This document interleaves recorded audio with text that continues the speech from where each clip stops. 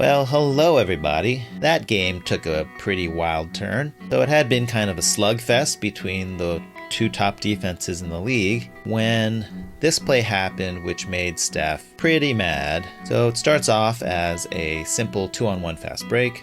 Otto Porter Jr. runs this very nicely. He brings the defender to him, which leaves Steph running this lane open.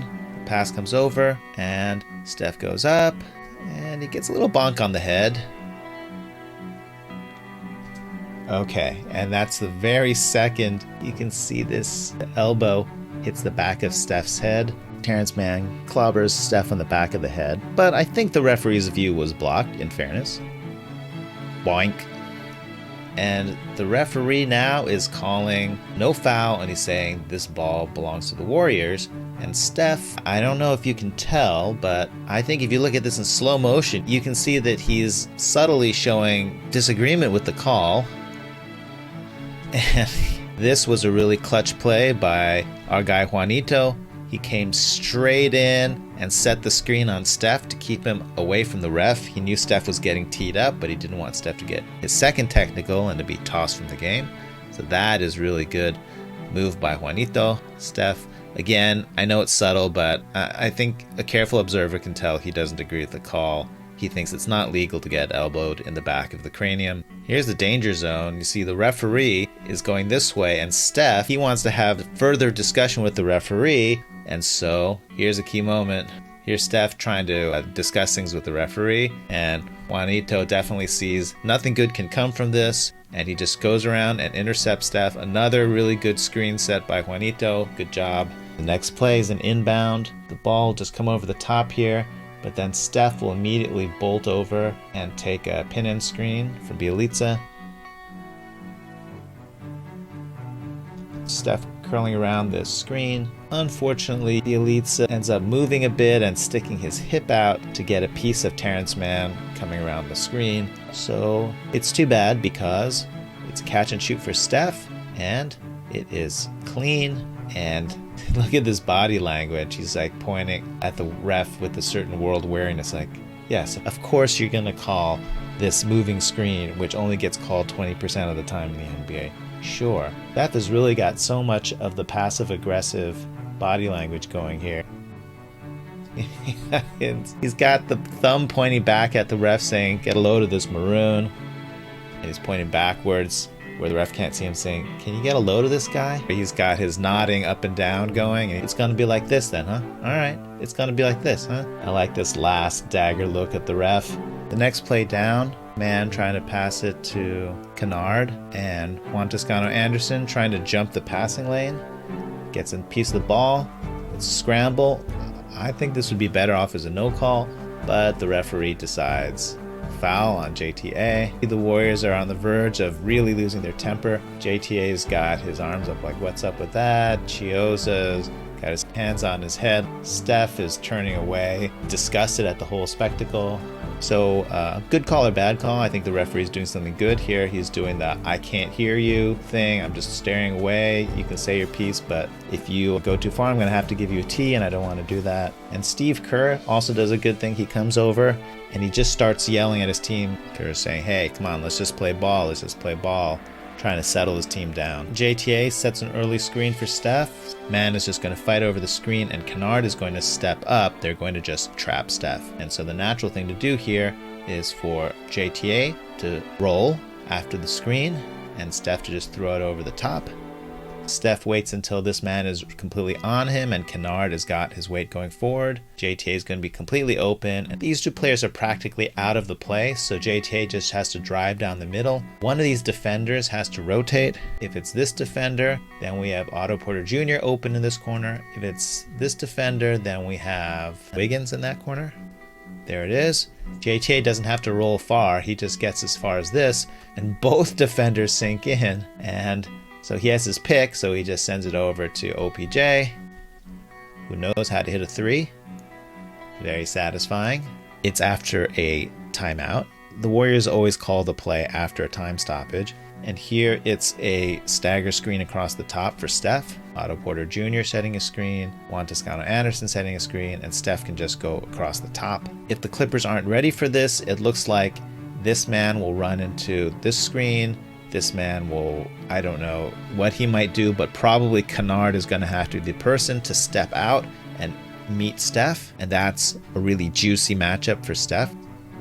There's the two screens. Steph comes across, and Kennard jumps all the way out to meet Steph way up high. The Clippers have to decide whether they're going to commit to this trap on Steph or whether they're going to try to recover to their men. And Kennard actually tries to recover to his man, so Steph gets it to Otto Porter Jr. before Kennard can recover to him, and there's confusion on the Clippers side. We have Kennard running back to OPJ, we have this defender going in, and JTA is just going to slip down the middle. There's the pass. Bledsoe is definitely in confusion. Kennard thinks, oh, I got to recover, but he's getting screened by his own man. This would have been a beautiful chance. JTA is open. He's saying, hey, I'm open. But it's just a little too slow reacting here, and Kennard recovers. Good play. But that stagger screen definitely gave the Warriors some good advantage on that play. Otto Porter Jr. just says, hey, I'm bigger than Bledsoe here. I can just bully him in the post. And he tries this kind of wild runner, and it doesn't go in. So that shot was kind of questionable, but his man, Bledsoe here, is busy just watching the ball instead of boxing out Otto Porter Jr., which gives OPJ a free lane to this ball, which goes right into his lap and just goes right back up and gets the free basket. You can even see Paul George looking at Bledsoe like, yo man, box him out, and he's gonna shake his head from side to side. He's not happy about this. Clap and the shaking of the head. The next play down, we have Steph taking it, and he's going to signal the play, and I believe he's going to punch his two fists together, which I think usually we'll call that stack. He's trying to call the play, and here it is. Bang, right there. So, same play. We have OPJ, JTA. Steph is going to go across the top, right? So the Clippers are good defense. They're not going to get burned the same way twice. Last time, there's all kinds of craziness as this last man had to switch out in an emergency. They're not going to do that this time. This time the Clippers switch cleanly. Bledsoe switches to OPJ. Kennard looks like he's going to switch over, and he wants to be the middleman so that he won't be left on Steph. And Morris is getting ready like, oh yeah, I'm definitely going to meet Steph over here. It's going to be a real big shindig over here. And Steph says, you know what, y'all are like organizing here. Bledsoe's satisfied, he's switching this guy. Kennard satisfied, he's switching over here. Morris satisfied, he's about to switch to Steph. No one is actually within 5 feet of him. He's like, you know, I'm in range because I'm in Staples Center. I don't know what y'all are thinking. Boom. So he's signaling the play again, and amazingly, it's the same play. Why not? It worked pretty well the last 2 times. So we have stagger screen, Otto Porter Jr., Juan Toscano-Anderson. Bledsoe is feeling like, you know what? Last time, I remember what happened. I remember you came over here and you just shot it in our collective face, and I'm not going to stand for that anymore. So Bledsoe definitely wants to come around the screen hard and challenge Steph. He's not going to give him any room. It's always a good idea to go over the screen with Steph. Kennard looks like he's ready to pounce on Steph too. He's like, I'm going to just trap you up here, and you won't have any room to pull that same stuff you just did. And Morris says, and I'm just going to hang out here with Toscano, and if I need to, I'll jump out. So we're prepared for everything. Oh, I love this move so much. So we have the screen here.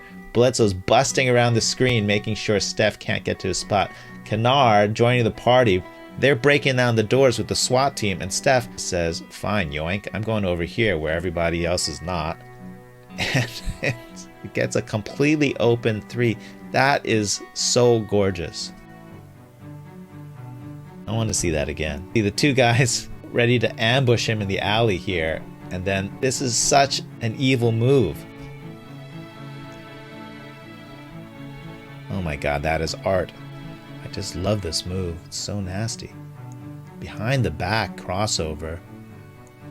And the open 3. Moses Moody is doing something very strange. He's doing this like tug of war thing where he's pulling this rope in and in and in. I think it's almost like you were reeling him in, and then you fake them out. I think that's what this fascinating interpretive dance is.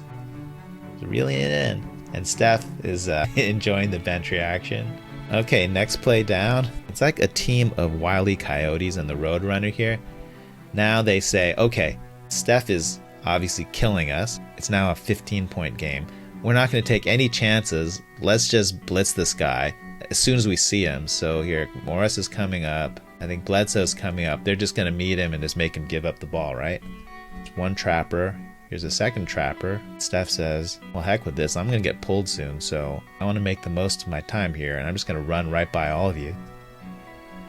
And we've seen him pull this little move before. One step in, step back. That's going to shake this defender. This defender's too far away. Kennard has got good ideas, but he's too far away. This step back is so nasty. It took Steph a little while to get the hang of this because they changed the travel rule only pretty recently. Steph Curry here plants the foot, one little step here while he's gathering the ball. So you get to have a gather phase with the new rules. And then after the gather, you get 2 steps. So there's one step, one light step. And then here he's still, in theory, he's still gathering. You know, I honestly don't personally like this rule, but this is the new rule. He's still gathering, and then he's just going to hop all the way back, step off 2 feet, the hop. And the moment everyone was waiting for, Steph just enjoyed his shot and then flashes the tee. Here's the best angle I could find from Crystal B. Steph is right in front of the ref, and he's definitely going to flash a tee. And I think he says bam as he does it. One more time. Bam. Well, it's a bit of a debate whether Steph is flashing the tee to basically call his own technical on the ref, like, see, ball don't lie, or whether he's calling a tee like, Clippers, it's time for you to call a timeout, and in fact, you might as well just go to the parking lot. I say, why choose? I think he meant both those things and more. I believe they call this a catharsis. He's just letting it all out, and he's gonna give himself CPR. And Jordan Poole comes up and gives him a loving push and also a warning, hey man, it's dangerous to give yourself CPR.